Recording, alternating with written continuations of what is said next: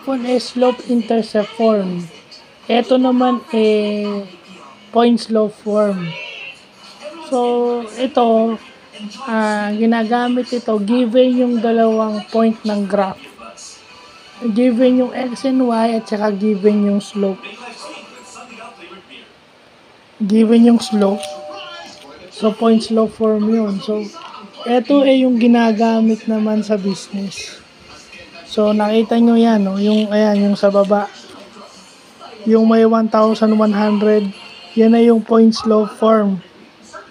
Point slope form na ginawang slope-intercept form o yung y is equal to mx plus b. Itong sa likod, yung ginawa nating example. Well, yan lang naman yan eh. Yan lang naman yan eh. At saka nakuha natin, kapag zero yung variable cost, ang fixed cost nila is yung kasama na sa problem. So, habang may napoproduce ka, tumataas din yung total cost mo.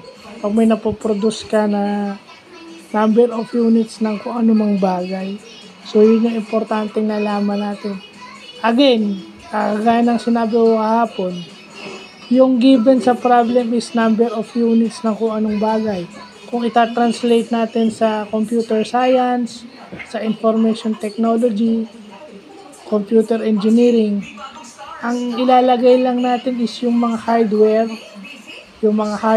mga wires, mga computer peripherals, mga random access memory, mga ganun. Ilan yung random access memory na kailangan i-produce para makamit ng order.